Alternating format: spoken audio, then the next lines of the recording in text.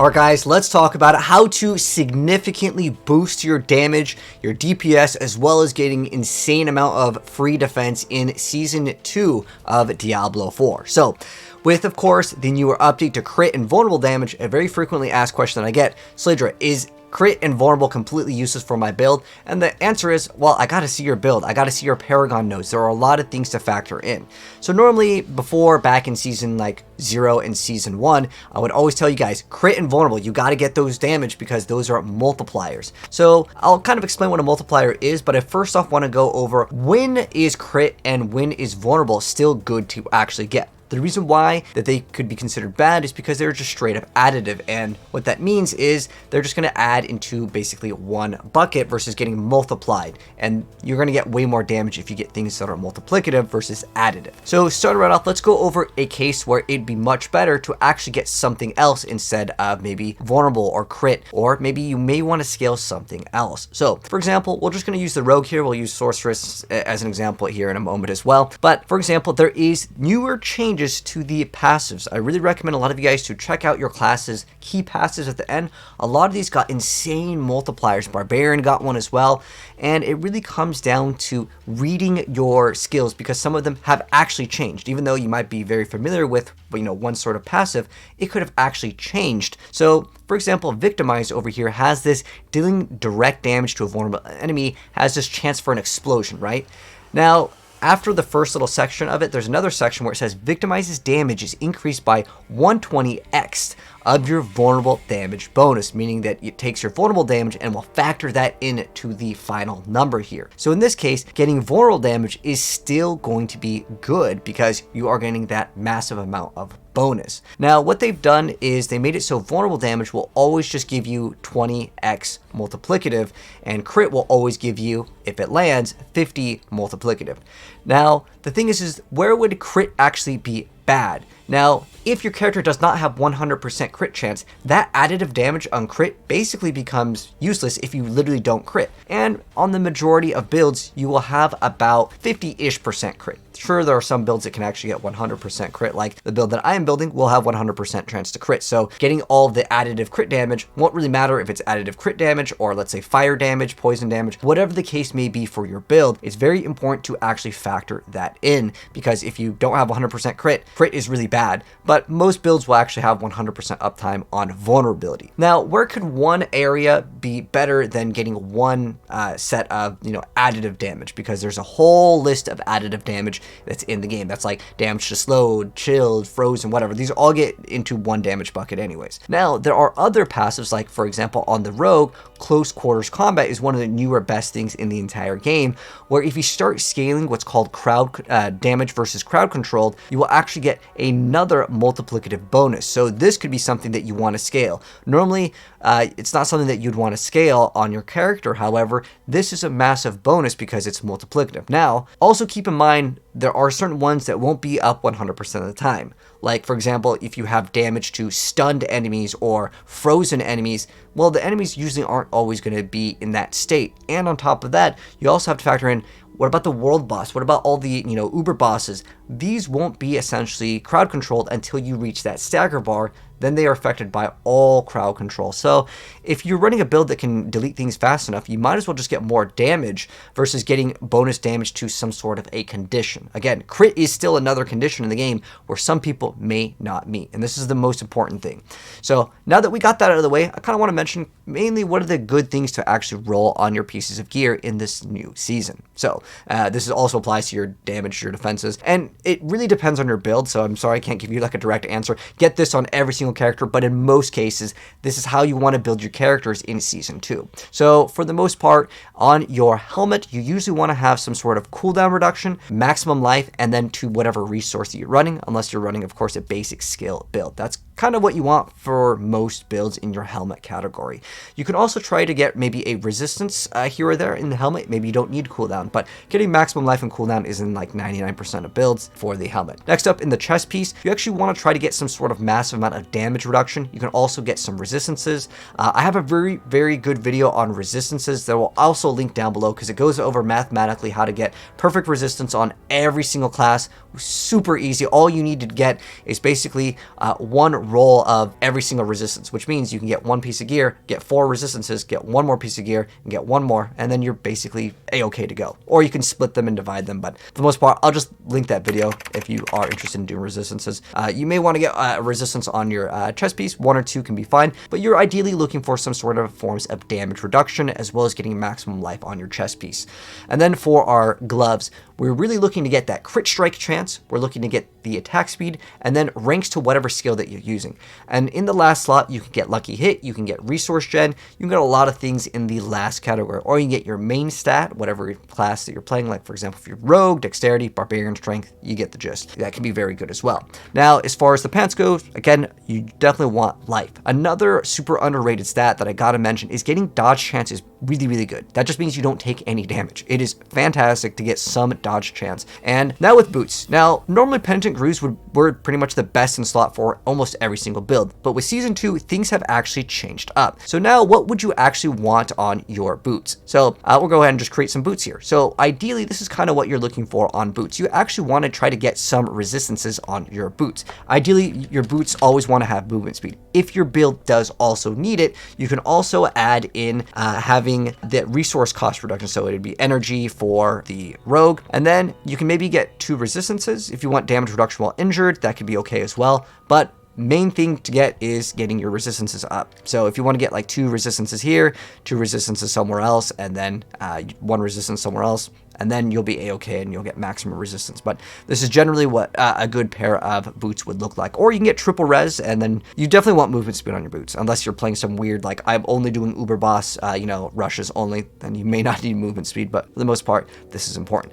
Now on the weapons, what's the most important stats on the weapons? Again, this is like old school, where you normally want crit, you'd want vulnerable, and this is where it gets interesting. It depends on your build. Like I showed you before, you may want to scale vulnerable damage. On the Paragon board for one of my builds that I'm playing, we actually do want to get maybe crit strike damage, because this is going to give us a bonus that it's going to get increased based off of our crit strike damage bonus, and this one actually scales off of intelligence. So we may want to scale to get more intelligence, because that's a X multiplicative, and we'll get into that in a second. I'm going to go over a quick little math tip over here, and I'll explain what I mean by multiplicative and why it is actually better in a second. But at the end of the day, it depends on your build. However, there's one exception. Most builds will use what's called a core skill. Core skill actually has hidden multipliers that can be added to dot damage, or if the skill can hit in other ways, because there's things where you can hit directly and that can count as more. Now, at the end of the day, you would have to actually test this out with like a DPS calculator, and what you should do is wait till the DPS dummy comes out, and then you can try to see which one is actually better. And I'm sure YouTubers, including myself, will probably make some sort of guide on the DPS dummy, and if there's something weird that works with it, because there's still bugs and glitches. There's still Paragon, nodes that may not work properly, and they're always fixing these. So that said, the main priority stat that you usually want to get, if you can get, is to core skills. The reason why, again, there's hidden multipliers off of damage over time, and other like bonuses with core skills, like with Barbarian, where it actually has just hidden multipliers. So I would suggest always go with core skill if you can, and then the rest of the stats, it could be vulnerable, it could be damage versus slowed, like I showed you before. It's kind of up in the air. As far as the amulet goes, usually you want cooldown reduction, movement speed, whatever resource cost reduction, and if you can get some damage reduction, or if you get some sort of passive on your skill tree to get +3, that would be excellent. Well, it rolls +2, then you go to +3 on your amulet. Now, as far as ring goes, this is another one where if you need that damage to slowed enemies to get extra bonuses, that would be good. But ideally on rings for most builds, you definitely want to get crit strike chance. That's one of the most important things, because it's harder to get crit strike chance on a lot of pieces of your gear. And then also getting maximum life on your rings is very, very powerful, because it's a huge amount of life if you get on both of them. But again, before it was always crit strike damage, vulnerable damage, and then you would want crit strike chance and you get life, or you can get lucky hit. Those are all great options, but you may not want to get crit strike damage, because again, most builds will not actually reach 100% crit, and you might as well get bonus damage to fire or poisoned or whatever condition that you can have at 100% uptime. And then I already went over weapons, it doesn't really matter for this one.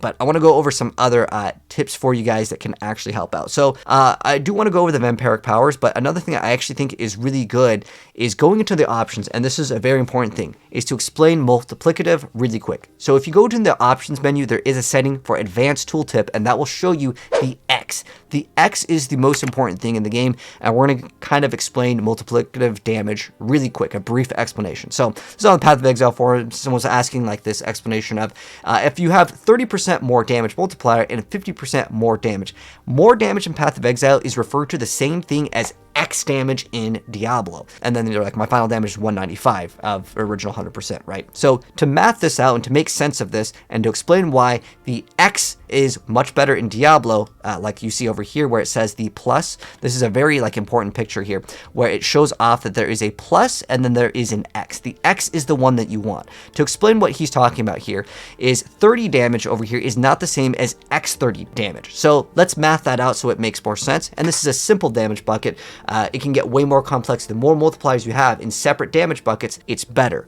Most builds will have your base, whatever damage that you have, and then that gets multiplied towards your main damage bucket, and then that's all of the X multipliers, and then you have crit, you have vulnerable, and then you have overpower. Most builds will not be able to fit in overpower, but if you can, it is great. Pulverized Druid is excellent for that. You can maybe run Necromancer to grab that. There's a few overpower things on Barbarian as well, but if you're playing Rogue and Sork, overpower is just a mechanic where you just kind of lose out on, honestly. It's not something that you really want to scale. But let's go ahead and go over the math, and this is the easy, clean example here. So the math is, if I do, let's say 100 damage, and then I have additive, this is the plus, meaning the not X, okay? So you would have 100 damage, and then you'd have plus 30 and plus 50 damage. That means that you would have 180 damage. So let's look at the example here where we would have X, okay? So we would have 100 damage times 30 times 50. Now, you don't just do 100 times 30 times 50. That'd be crazy. That'd be good, really good. But the difference in here, I know it seems small. It's only 15%, but the more that you add, it becomes much stronger. So let's go ahead and math that out. So you would do 100 damage, right? And then a 30% bonus would actually be times 1.3 if it's a 30x. Then you would do 130 and get that number and do times 1.5. So that's where the X becomes different, and that's how you get 195. And it gets higher and higher the more buckets you add, if that makes any sense, because then we would then factor in vulnerable, then we would factor in crit. So hopefully this is a really simple example of additive versus multiplicative, and where, again, you may not want to get crit because crit right now is added into additive. Same thing with vulnerable damage. Most builds, again, will have 100% uptime on vulnerability, but I went over basically the core components of multiplicative, which I think is the most important thing, and going over when your damage can actually be 100% up. Like, again, if you are playing a fire build, when you're doing fire damage, that's up 100% of the time. But if it says damage to vulnerable and crit, well, maybe you don't have 100% uptime on crit, or maybe your vulnerable damage, it has to, like, you have to activate a skill. You might have to use, like, Frost Nova so they are vulnerable, and that might not be up 100% of the time. So to min-max and get that maximum DPS, think about what can be up majority of the time. And then lastly, I had a few people kind of ask about what are the best ways to survive in the game. Like, they feel like their character's a little squishy, and that happens sometimes when you're kind of under-leveled and doing things that you aren't supposed to be doing because you are just under-leveled, right? Or if you have a friend power leveling and you're just like, dude, I can't survive, I'm just getting melted. Okay, these are the best things for defenses in this season. So Disobedience got a massive buff. This is for regular armor. It's going to really help out with your survivability. So definitely consider gaining Aspect of Disobedience because it went up to like 66%. It got a massive buff. So get this, you can actually unlock this by going into Halls of the Dam and Kedgerstown. So everyone will be able to access this. This is one of the easiest things to go ahead and obtain for good survivability. I actually kind of like the barrier one earlier on. If you want to get this one as well. This is, if I can spell, the barrier one, when if you damage an elite, grants you a barrier. This one's also something that you can get, and this one is completed by going to the Lost Archives in the Fractured Peak, so easy unlock on that one. And then for extra survivability, Undying is really good, Sanguine Brace is good, as well as Hemomancy. You throw these three on the very beginning, you will roll through content. And as far as resistances go, diamonds don't give you that much at the very beginning. In fact, most of them won't give you very much in the very beginning. It's really only for the end game where like everything starts to add up with resistances. But check the pinned comment for my resistance video because that's going to be way easier than just be explaining the whole thing all over again this one. But that's how you min-max your damage as well as your survivability in Season 2 and all the little niche things. But if you guys enjoyed the video, drop a like on it. If you're new here, hit subscribe to the bell so you don't miss out when we cover more things in the game. And if you have any questions, let me know down below, and I'll catch you in the next video. Peace out.